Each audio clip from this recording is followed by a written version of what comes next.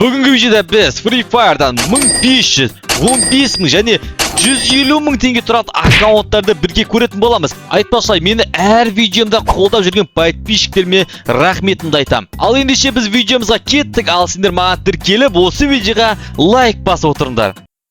Біздегі ең алғашқы 1500 теңгелік аккаунт тура осы аккаунт. Яғни өздерің көріп отқандардай бізде бұл аккаунт 57-ші ораймен 1364 лайкі бар екен. Так, енді көрейік бізде складында жалпы қандай заттар бар екен. Енді бұл жақта бізде общий набордан 22 набор бар екен. И оны бөлек келетін, яғни набордың өзі ғана келетін бір-ақ набор бар. Одан кейін бас киімнен 36, маскадан 24, кремнен 5, и сүйетін торыстан 84 скиннің түрі бар екен. Мына жақта енді бұл аккаунт 1500 теңгенің аккаунты болғандықтан ешқандай донат салынбаған аккаунт. Типа заброшенный аккаунт сияқты. Общем, мынандай заттар бар екен. Бұл жақтағының барлық заттары халяван заттары. Мына жердегі бұрында бізде қай сезон? 15, 16, 17 сезонда шыққан золотоның күртешесі бар екен. И мына жақта турмейшік бар, мынау киім бар. И так, бізде жалпы ондай қатты заттар жоқ сияқты. Бұлай жалпы СНС ойнауға киюге болатын наборлар. Ал эмоциялардан бізге жалпы 12 эмоцияның түрі бар. Ол жақта бізде мысалы дәл осындай бұрында отпаған селфи, яғни бейті суретке түскен кезде төбесінен мастердің значогы шығады. Егер сендер мастер болсаңдар мастер, эксперт болсаңдар эксперт, егер градмастер болсаңдар градмастердің жалпы төбесінен стикері шығады. Одан кейін бізде дәл өсіп жатып дүрлейтін эмоция, мынау эмоция, мынау. Енді бұл жақта барлық халяваның заттары сізді болады. Небәрі 12 эмоция бар екен. Рузактан 23 скин бар, ал улбокстан 19, парашюттан 34 дейді, скайджеттен 23 скин бар, и музыкалардан 4 скин бар екен. Транспорттардан бізде спорткарда 3 скин, мотода 4 скин, одан бізде джип дейді, джиптен 3 скин бар, одан кейін пикаптан 2, квадроциклдан 2, тук-туктан 2 скин бар дейді. Профилдарға келетін болсақ, бізде аватаркадан 97 скиннің түрі бар да, фоннан 84 скиннің түрі бар екен. Ал оружиелерді бір көріп кетейік. Енді оружиелерінде ондай қатты мықты емес секілді. Бізде мысалы МК-дан 6 скин, АК-47-ден 5 скин бар екен, Скардан 2 дейді, Гразадан 2, Фамстан 2, Хымыз 8 бен АЕН-94-тен 1 бар. И мына жақтан АОГ, Парафал, осыдан 2-не бір көруден болса, Зиморозк пен G36-тан 2 скиннан бар екен. СКС-тен 1, СВД-дан 3 дейді, Ястрептен 1 и А80-нен 2 скин бар. Пулеметтерде бізде М249, яғни 100 пулеметтен 1 скин бар, Корттан да 1 дейді. Попалардан бізде UMP-дан 4 скин бар, и MP5-тан 6, М40-тан 2 скин бар. Енді қазіргі кезінде Кобра М40 қойып қойған екен. Петухтан 3 скин бар, Золотой П90 деген скинда тұр екен. Ал Виктордан бізде 2 скин бар екен. Травовиктен бізде 6 оқты, яғни М114 траваштан 2 скин бар, Спастан 5 дейді, Маг 7-ден 2 бар екен. Одан бізде кинешский драваштан 1 скин, снайперскилардан бізде Коректан 2, Барет, яғни М82Б-дан 1, М24-тен 1, лечающий жалпы снайперка дейді. Енді бұл оружие қазір бірде рейтингтен қателеспесем 6 саған. Бұдан бірақ 1 скин бар екен. ВССК-да 94-те 1 скин. Так, ближнен бізде сковородка баран кегенде 4 скиннен болса, битадан 3 дейді, кассадан 4 скин бар екен. Так, мына жақта бізде гранатадан 11 скин болса, Сенкадан не бәрі бір-ақ скин бар екен. Енді сендердің ойларынша жалпы бұл аккаунт 1500 теңгеге стоит па, стоит емес па, комментке қалдырып кетіңдер. Ал ендеше біздегі кезекті екінші аккаунтымыз, яғни 15000 теңгенің аккаунты. Ал бізде көрейік жалпы бұл аккаунтта қандай заттар бар екен. Ең әуел әдеттегідей біз складқа кіреміз. Бізге складта общий наборлардан дейма, ошын басы, аяқ киім үсті маскасы, полный жалпы наборлар 187 түрі бар екен. Одан кейін бізде келесі жалпы осындай полный келетін наборлар бар, яғни бізде бұяқта 10 түрі бар. Әдеттегідей бізде бірінші осындай бір құрастыратын сияқты бір набор, яғни Лего деген набор бар екен. Енді бұда бізде так, одан кейін тағы да бізде әрине Диноның 2 түрі бар. Әрине бізде ангельский мен дәл осындай серия, яғни Дино Ципа деген түрі бар екен. Одан кейін бізде Акуланың түрі бар. Одан кейін бір мото дейма, мотоциклсының наборы бар. Так, бізде мынақтан андай бір қара аю және ақ аюдың түрлері бар екен, және осындай бізде жынес дейма, ошым жынес муж дейма, осындай бір набордың түрі бар екен. Қалпақтары келдік, бізде осы жақта наборлардан полный біз көрсете кетейік. Мына жақтағы бізде Аяз атаның наборы бар, әрине бізде полный набормен, и одан кейін мына жақта бізде дәл осындай фаст тренировкаға арнаған синий кетчер дейма, ошым осындай набордың түрі бар. Әрине бізде ең мықты наборлардың бірі дәл осындай красный тен, яғни қызыл көлеңке дейді. Одан кейін бізде әрине принц набор бар екен. Астына біз бір түсеге дейік. Біз сайынара бой сияқтының екінші түрі дейма. Дәл осындай набор бар, және сайынара бойдың енді өте мықты наборлардың бірі. 5 схема, 4 схема, 4 тұсыма сондай болу керек. Осы набордың түрі бар. Бізде бір көріп кетейік. Мына жақта мынандай бір набордың түрі бар. Бұл бізде мынандай, бір тайниға ма, бір бәлеге шыққан бір набордың түрі бар екен. Арқасынан андай бір қол ма, бір бәле шығу керек. Міне дәл осындай бір жоқ қол емес, бұл бізде яғни қабір дейма, сондай заты шығатын набор, яғни кладбищный туман, осындай өте қорқынышлы бір набордың түрі бар екен. Мына жақтан астына бір түсетін болсақ, бізде дәл осындай набордың түрі бар. Енді бұл бізде бұрында бір тайни магазин бір наборлардың біріне шыққан. Сосын бізде дәл осындай басынан от жанып тұратын, яғни нағыз оттарда ғана бар набор бар. Енді бұл бізде тек қана бір рет шыққан, бірақ енді ол кезде, ол шыққан кезде тек қана боттар кетін, бірақ енді қазір ол кезде боттар, қазір енді про игроктар. Тағы да бір осындай набор бар екен, яғни электрический шок дейді. Жеті, яғни Рональдоның наборы бар екен. Роналдомен коллаборация істегенде, яғни 2019-да шыққан набор. Мынаның астына түсейік, бізде дәл осындай тайни магазинге шыққан набор бар.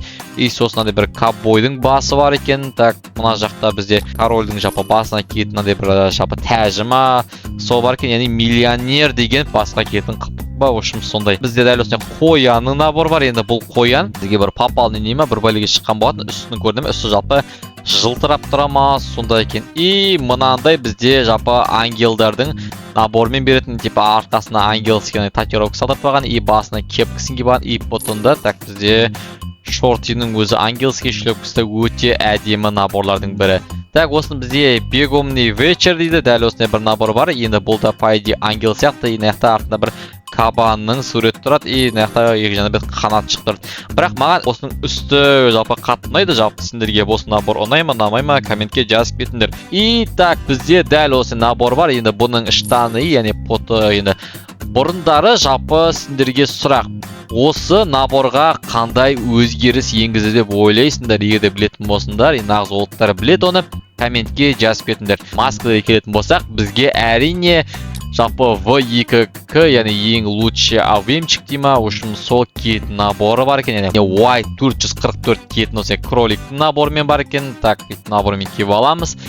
Астына түсетін болсақ, бізде дәл осындай тайни магазинге шыққан анимеге байланысты набордың бірі.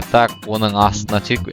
И мынандай маған өте қатты ұнайтын күшік дейма, скромный сиба дейді. Енді осы күшіктің наборы ұнайды, әсіресе маған именно осы түрі. И дәл осындай өзіншелеу болып тұратын түрі бар екен бұның қасында. Бізде бумажный зебраның наборы бар. И дәл осының қазір бізде екінші түрі пайди болу керек. Яғни бұл бізде үшінші призы болса, мына жақта әрине бізде төртінші призы. И дәл осындай бір масканың түрі бар. И сосын бір набор ма, бұның маскасы бар екен бізде, набормен кетті заттың маскасы. Мынандай бұл бізде халяваға шыққан. И жаңағы бұл да бір тайни магазинге шыққан набор ма, сондай болу керек. Ал мынандай бір тағы масканың түрі бар. Сосын бізде дәл осындай набордың түрі бар. Өте керемет дейді. Бұның әсіресе штаны өте әдемі. Бізде тағы да дәл осындай бір набор бар екен. Бұл да бізде қателеспесем тайни магазинге шыққан наборлардың бірі. И сосын бізде дәл осындай доктордың наборы бар. Мына жақта дәл осындай бір зомбидің бірақ полный набормен жоқ, но енді ең керектісі басы бар екен бізде. И нәдесін аленнің басы бар, и нәді клаунның нос, яғни бізде клаунның бетіне тағатындай мұрыны бар екен. Торстарға қайтадан бір келетін болсақ, бізде мына жақта көрсетілмеген мына торс бар, қателеспесем. И одан кейін бір футболкалардың түрі бар. Әрине аккаунтта қара водолазка бар. Енді бұл қара водолазка бұрын тек қана нақты олд ойыншыларда ғана болған. Енді қазір жалпы көптеген ойыншылар алып алған. Одан кейін бізде не бар? Әрине бізде осындай бір бандиттің скины бар екен. Енді бандиттің әдеттейтін набормен бар. Индиго деген набор бар. Енді бұл набордың әсіресе потын енді жалпы файсер ойыншылар киетін негізінде. Мынандай бізде тайни магазиннің түрі бар екен. Сосын астында бір тик. Так бізде мынау не зат өзі 2025-те берген набор ма? Ошым сондай сияқты. Қателеспесем, бұл бізге халяваға берген набор. Астында дәл осындайдың денесі бар екен. Сосын бізде дәл осындай жалпы үстін қызыл татуировкамен жалпысаған жалпы тайпалар сияқты ма? Сондай қылып шығарған. Осындай бір дене бар екен, татуировкасы бар. Жаңағы өте қатты ұқсайды. Бірақ бұл енді бұрын нақты өте мықты ойыншыларда ғана болған. Ал біз штанеға келетін болсақ, бізде мына жақта жалпы дәл осындай, осының типа мынау үсті болса, мынау соның дәл соның шорты түрі. Мынау маған жаңағы ұнаған набордың екен ғой. Осы набормен өте әдемі бізде. Енді бізде эмоцияға келетін болсақ, бізде жалпы 72 эмоция бар екен. Оның ішінде бізде мы богаты дейді. Жалпы осындай эмоцияның біз баймыз деген эмоция бар екен.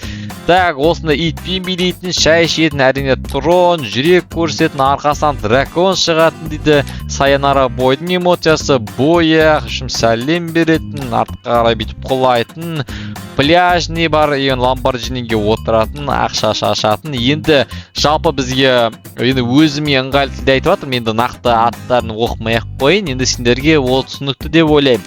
Бізде захват кубка дейді, яғни бізге нағыз чемпиондарда болатын эмоция ма, бір турнирде ма, бір бәлеге шыққан сияқты бұл эмоция. Мынау эмоцияда менің аккаунтымда жоқ. Яғни бұл бізге ненің күшіктің ба, щенок өшім соның қиырынан бір тартып тұрады, арқасына бір су ма, бір бәле сияқты бір кима сондай екен. Мынау бізге праймдарға беретін эмоция. Одан кейін бізде осындай дәл сковородкамен үйістіп айналып тұрады, дәл үстінен гүмп еткізіп баратын эмоция ғой. Бізге жақында шыққан, жалпы халяваға шыққан дәл осындай эмоция. Жалпы осының негізгі оригинал видеосы міне тура осы видео. Бізде зомби эмоция бар. Осындай шанаман тебетін эмоция бар. Әрине бізде призрак, яғни елес эмоция бар. Енді бұл эмоцияның бізде ерекшелігі, яғни сендер осы эмоцияны істеп жүгіретін басып қойсыңдар, яғни елес болып типа жүгіріп жүрген сияқты, бірақ осындай елес болып жүресіңдер. Бізде осындай тоңатын бір эмоция бар дейді. Аш жағында бізде ол эмоциялардан мынау бар екен, мынау бар, мынау бар, сосын бізде мынау дейді. Мынандай эмоциялар бар екен. Екі анимация бар екен. Әрине өзі бірінші дракон защитник дейді. Одан кейін бізде әрине сквозь время мына жақтардан бізде әрине рюкзактардан 102 скин бар екен. Қазір кезде панданың рюкзагына қойған екен. Ал лутбокстан бізде 95 скин, парашюттан 86 дейді. Гаджеттен 2 скин бар, жоқ даже 1 скин бар. Ал доскадан біз 110 скин. Қазір кезде осындай бір найза сияқты доска, насерная стрела деген дәл осындай досканың скині қойған екен. Музыкадан жалпы бізге 18 түрлі скині бар екен. Ал транспорттан бізге осындай ламборджинидің Max Corse 2 дейді, яғни 2 есе қатты жүретін ламборджиниға скин бар. Яғни общий бізде өзінің ламборджинині 16 скин, мотоға 23 скин қойған екен. Қазір кезде дәл осындай өте типа 90-80 жылдар ма шыққан мотолардың скины ма сондай затқа жалпы қойып қойған екен. Одан кейін бізде әрине Monster Truck бізде 12 скин, қазір кезде осындай бір розовый ма, ошым сондай фиолетовый скинге ма қойған екен. Мына жақта бізге келесі джип, яғни бізге бұл джиптен бізде сары скинді тұр екен. Одан кейін бізде пикапқа келдік. Әрине пикапта бізде 7 скин, бірақ енді мен дәл осы техно хэшник деген пикаптың скинін бұрын соңды мүлде көрмеген екен. Ал сендер жалпы көрдіңдер ме? Егерде көрген болсыңдар, бұл қандай нәрсеге шықты? Либо сабита, халяваға шықты ма? Білмеймін нақты, бірақ мен енді бірінші рет көріптім бұл пикапта. Дәл осындай скин бар екен, яғни бұл бізде осы 50-ші обновлениеде шыққан. Одан кейін астына түсетін болсақ, бізде тук-тукқа жалпы 2 скин бар екен. Ойланыш дәл осындай жылқыға бізде алдағы уақытта скин қосады екен, яғни обычный стакун дейді ғой. Енді бұл бізге рейтингке ранка қоспайша, енді рейтингке жалпы бір рейтингке қосылуы керек. Енді оружие келеміз. Бізде оружиеден жалпы ол аккаунтта 402 скин бар екен дейді. Мына жақта бізге Так, Скар, жалпы Скардан М40-ның 2 түрінен Ястрептен жалпы скиндар, яғни эволюцияның скиндары бар екен. Бірінші біз енді неге келеміз? МК-мызға келеміз. Бізде МК-да жалпы 14 скин бар екен. Қазіргі кезде дәл осындай МК-ның скиніне қойған, яғни скорость 2 урон 1 деген. Ал бізде калашдан өте ерекше олттарда дейма, енді редкировкада болатын АК Драконның скині бар екен. Бұл да бізде урон 2, скорость 1 деген скинда тұр екен. Ал Скарға келетін болсақ, бізде Скардан жалпы Мегалодон, әрине бізге скорость 2, урон 1 деген скинге қойған екен. Жалпы Скарында 9 скин бар екен. Ал Грозада бізде 6 скин, дальность 2, магазин 1 жалпы. Одан кейін бізде Фамусқа келдік. Бізде Фамуста яғни урон 2, магазин 1 деген скинда тұр екен. Ал Хм8-де бізде точность 2, скорость перезарядка 1 деген скинда тұр. Айын 94-те бізде 7 скин бар, урон 2, бронебойность 1, жалпы өте айын 94-ке мықты скиндардың бірі. Ал плазмада 5 скинда бізде скорость 1, точность 1 дейді. АОГ-да жалпы 7 скин дейді, дальность 1, скорость перезарядка 2 дейді. Парафалға келіп, бізде жалпы парафалда бронебойность, дальность 1. Енді бронебойность деген өте мықты жалпы навыктардың бірі, типа бронясын өте тез сындырасыңдар. Так, бұл жақта бізде яғни Зиммороз, точность 1, магазин 1 дейді. 36-да бізде 3 скин бар екен. Так, бізде маған енді ең ұнайтын оружиенің бірі, әрине ол бізде М14-те жалпы 5 скин бар екен, урон 1 и дальность 2 деген. Ал бізде СКС-ға келетін болсақ, бізде точность 2, дальность 1 деген жалпы аккаунтында 6 скин бар екен. Ал СВД-да бізде 4 скин, әрине точность 2, магазин 1 деген дәл осындай смайликтердің жалпы СВД-да бар екен. Так, Ястрепте енді бізге өте мықты Ястрептердің бірі, әрине бізде дәл осында эволюцияның Ястрепі урон 1, скорость 1 дейді. Енді бұны 4-ші уровенге көтеретін болса, өзі бізде скорость 2 деген навыкқа өзгеру керек. Так, А80-ге келетін болсақ, бізде жалпы дальность 2, магазин 1 деген жалпы 5 скин бар екен. Одан кейін біз әрине пулеметке келеміз. Пулеметте енді бізге 100 оқтық пулеметте осы уақытқа дейін енді ең мықты шыққан скиндардың бірі. Дәл соған ұқсас М60, бізде М60-та урон 2, дальность 1 деген скинда тұр екен. Ал кортта бізде дәл осындай бір қара елестің түрі ма, общем сондай бір дальность 1, скорость перезарядка 1 деген скинда тұр. Ал әрине бізде жалпы өте мықты оружиенің бірі, бізде Юмпиде бізде жалпы точность 2, скорость 1 деген дәл осындай бумажный скинге қойған екен. Ал MP5-ында бұл жақта бізге типа скиннің түріне дәл осындай лава, жасыл лава сияқты скинне, ал навыгын бізде дәл осы мынау жерде тұрғандай, так бізде дәл осының навыгына қойған екен. Ал ВСС-те бізде X скин бар, урон 2 дейді. Так, М40-та бізде дәл осындай дөйлеу ма, сондай бұның көлемі так көріне, қолға сағына осыншама дөйлеу оптады.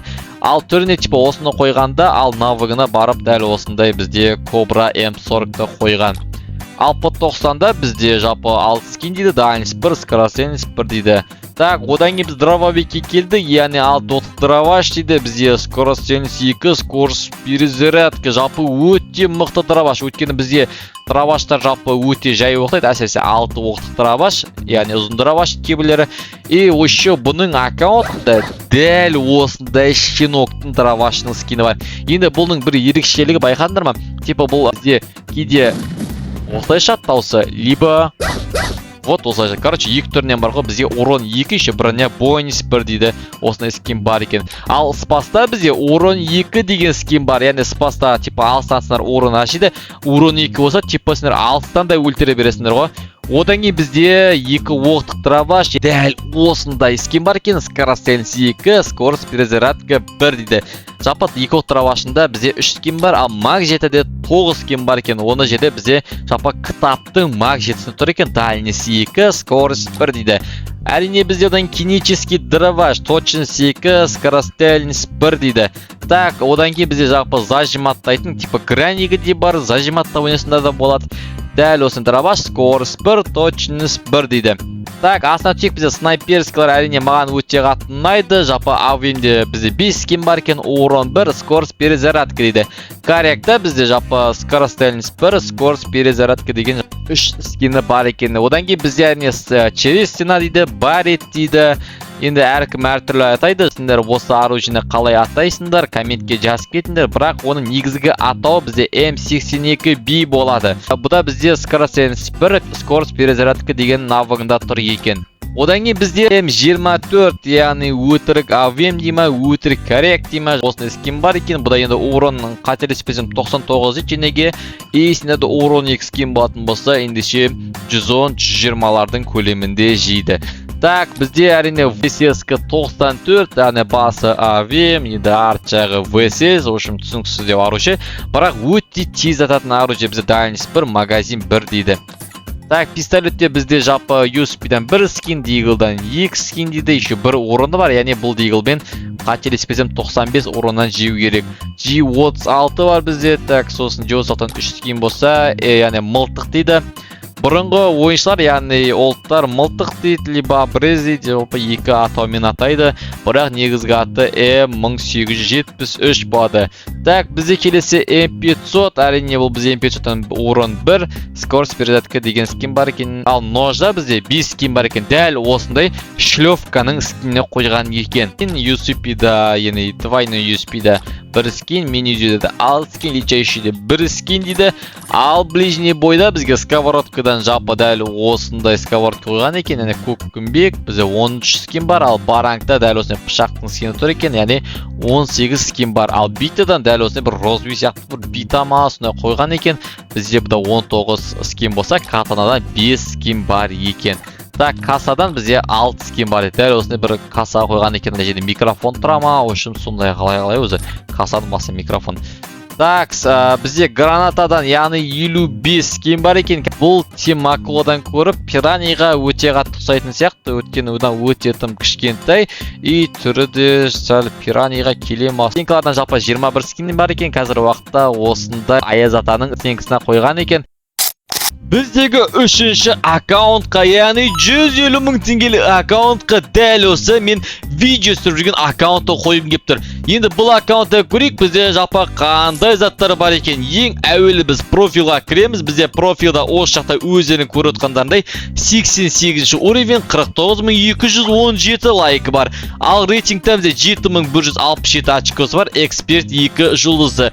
Ал бізде медалдарын көрейік, бізде мына жақта королевская пропуск, яғни 4-ші пропусктан бастап ойналғанда, 4-ші пропуск болса 12, 11, 11-ші пропусктан бастап, яғни дракон пропусктан бастап медал ашылған, и дәлші барлығын тоқтатпай ашып келе жатыр екен.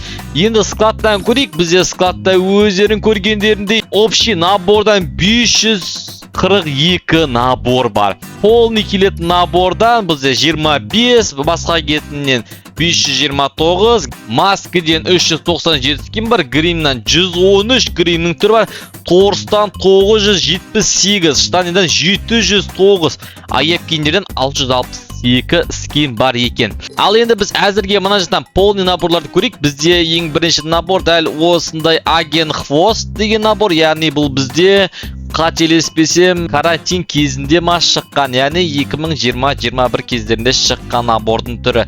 Одан бізден қояның, яғни инкубатордың главный призі бар, дәл соның 3-ші призі. Одан кейін бізде яғни хакки пропуск дейді, бұл да жалпы ең редке пропусктардың бірі. Так, бұның жалпы әсіресе маған басы өте қатты ұнайды.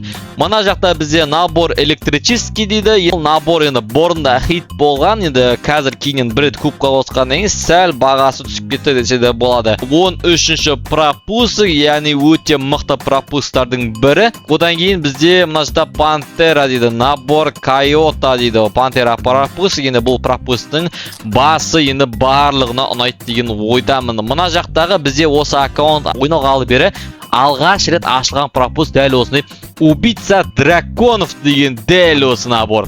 Бізде Б5-тің да набор бар екен. Мына жақта инкубатордың 3-ші призі, мынау да инкубатордың 3-ші призі, мынау енді главный призі, адские графитто деген набор екен. Мына жақта енді пиратский пропуск, екінші бізде мысалы алғашқы пиратский пропуск 5-ші пропуск болса, мынау соның екінші түрі. Бірақ енді бұл да олд, яғни элитный пропуск. Мына жақта бізде Джокердің 3-ші призі бар. Ең алғашы тегін берген жұлдыз пропуски мен ковбой ма сондай. Самурай дейді ғой, яғни Иньянның 3-ші призі. Сайтама шыққан кезде шыққан набордың Сайтаманың досы дейма, сол набор. Мына жақта енді зомби ма бір бәле, мынау енді самурай, енді бұл самурай 3-ші призі. Одан кейін бізде зомби самурай. Өздерің көріп тұрсыздар, бізде мына екі набор өте бір-біріне қатты ұқсайды, но бір сәл ғана айырмашылық бар. Дәл осындай набор бар екен, и бізде Сайонара бой бар, соның яқта 4 түсі дейді. Мынау бізде так пропуск, мыналарда по идее пропуск болады. На пропусктың типа бір 0-ші уровень болса, мынау улучшение істелген уровені. Мына жақтарда дәл сондай. Так, бізде мынау бұл улучшение істелгені. Мынау қарапайым, мынау улучшение істелген түрі. Так, мына жақта да сондай улучшение істелген түрі. Мынау по идее қарапайым жоқ. Мынау қарапайым, мынау улучшение. Мынау да бір улучшение наборка, по идее осыныкі болу керек. Мынау да бізге бұрын тайни магазинге шыққан. Мынау да жалпы реткі наборлардың бірі. Мынау да енді данатқа нормально кеткен наборларды көрсетіп кетейін сендерге. И бізде мынандай дәл осындай арктический синий бар, биомеханический воин бар. Астында бізде дәл осындай индиго деген набордың түрі бар. Мынау инкубатордың қателеспесем бізде 4-ші призі, мынау 2-ші призі болу керек. Мынау да жалпы реткі наборлардың бірі, нормальный сабитаға шыққан. Әрине бізде Сайтаманың осындай пижамасы бар набордың түрі бар. И астына бізде дәл осы мынау да инкубатор дейді. Так, бізде мынау да инкубатор, и мынау бізде треппа, ошым сол пропуск. Мынау да инкубатордың, яғни 3-ші призі, бізде енді арктический синийдің инкубаторға шыққан түрі. Ал мынау бізде қоян инкубатордың 2-ші призі, яғни бізде өзі қоян инкубаторды басында өздерің көрдіңдер, 1-ші, 2-ші, 3-ші призде алынған. И мынау наборда бар, яғни бұл 2020-21-лерде өте топ наборлардың бірі болған. Мынау да тоже сондай, әсіресе бұның үсті өте хит тұғын 2019-ларда. Мынау бар, и мынау бар дейді. Так, мынау онша емес, но бұлай нормальнетқа шыққан. Мынау да сондай, по идее үстін күйге өте әдемі. Мынау да инкубатор бізде, мынау да инкубатор, яғни екеуі де 3-ші приздары. И мынандай маймылдың бізде басы бар ғой. Мынау бізде инкубатордың, яғни 2-ші призі болатын болса, енді бұл да самурай.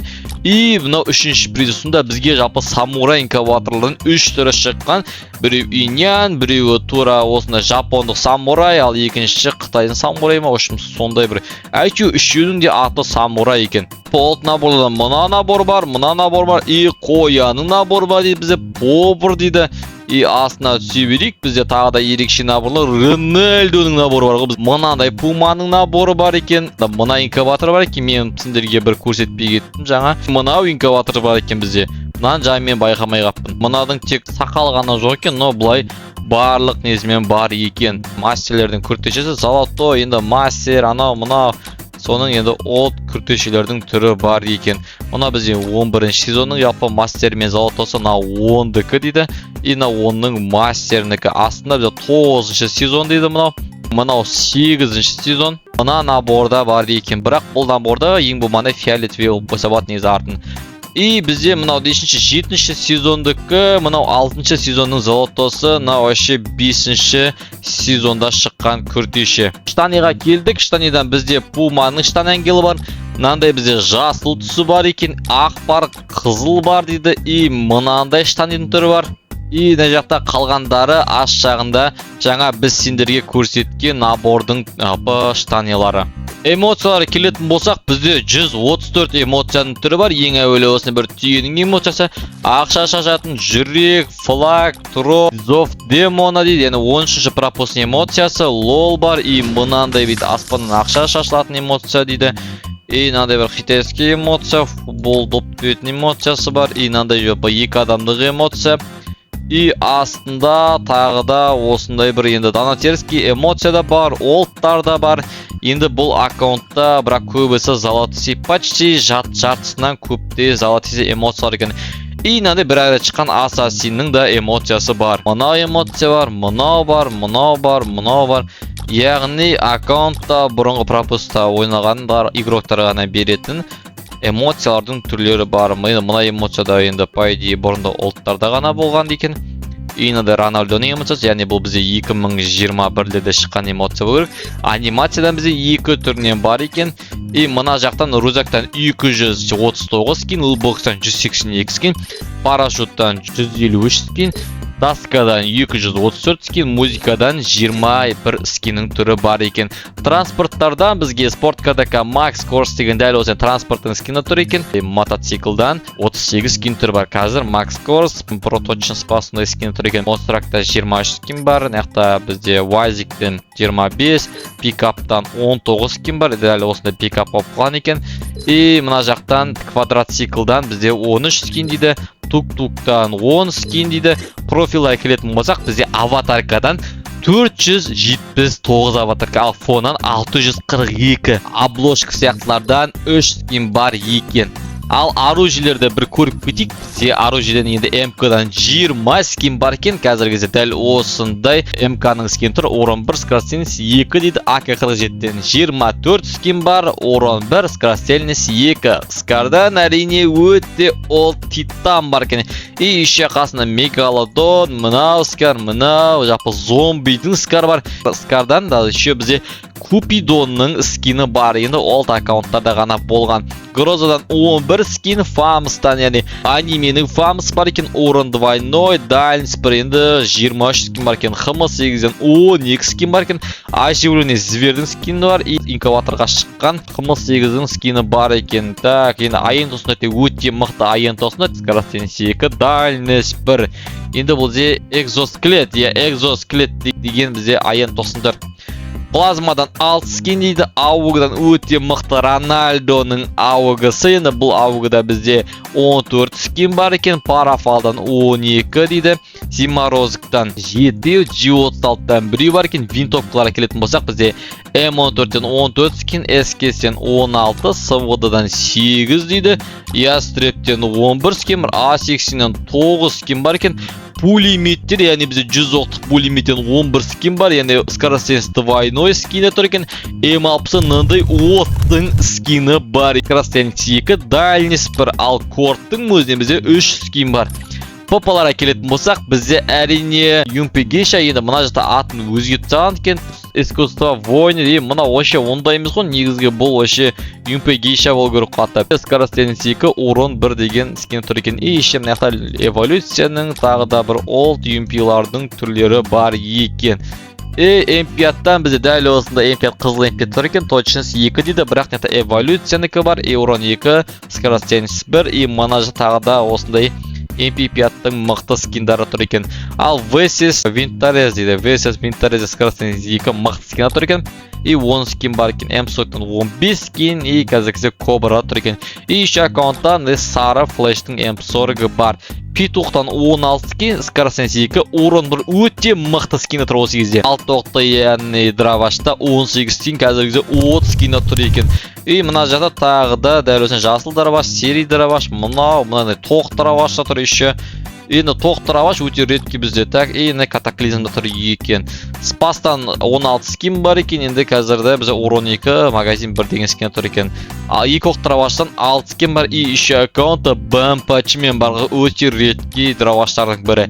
Маг 7-ден 10 скин, кинический Дравашта 6 дейді. Енді Граник сияқты Драваштан 3 скин, М5 пампыда бізде 2 скин бар екен. Снайперскин өте мықты авингбе скин бар. Урон 1, скорость перезарядки, яғни авинг өте тез оқтайды. Ал корректан орын 2 скины тұр екен, 14 скин жалпы. Бареттен 7, М24-тен 24 скин, ечеші прицелын 2, ВСС-кі 94-тен 2 скин бар екен. Пистолеттары келдік, бізде яғни УСП-ның өзінен 2 скин бар, Дигылдан 4 скин бар. И неқта G18-ден нандай легендарный скин бар, яғни 7 скин бар. Енді мылтық Брез дейді, негізі аты М1873, бұда 9 скин бар. М500-тың өзінен легендарный еще 7 скин бар. Нождан 14 скин бар. 2 оқтың М500 дейма, в общем, Макар дейма, осыдан 3 скин бар. USP, 2 оқты USP-дан 2 скин бар. Мини-Узидан 8 скин бар. Личайшының өзін 3 скин бар ойландаш. И астына ближний бойдан бізде сковородкадан 37, парангтан 36, битадан 42 скин бар. Катанадан 14, кассадан 19 дейді. Ал кулакта небәрі бір скин ғана бар екен. Ал гранатадан 116 гранатаның түрі бар. Ал сендердің аккаунттарына жалпы қанша скин бар гранатадан? Ал стенкідан 64 скин бар екен. Ешқандай стенкінің скиніне қоймаған екен. Ну, жарайды, бір рандом біреуіне қоя салайық. Бізде другойға келетін болса, енді бізде рейтингта тек қана оружейкада бар, граникте 8 скин бар. И мынандай граник бар, жалпы бізде рейтинг ешқандай режимде жоқ. Осының өзінен 2 скин бар аккаунтта. И миниган деген, яғни бесконечный оружие, қолға алсаң ошым осылай жүреді, осылай жүгіреді, және де жүреді, ошым солай. И бұның өзінен бір скин бар екен. Осы аккаунт 150 мың теңге стоит па, стоит емес па, комментке жазып кетейік.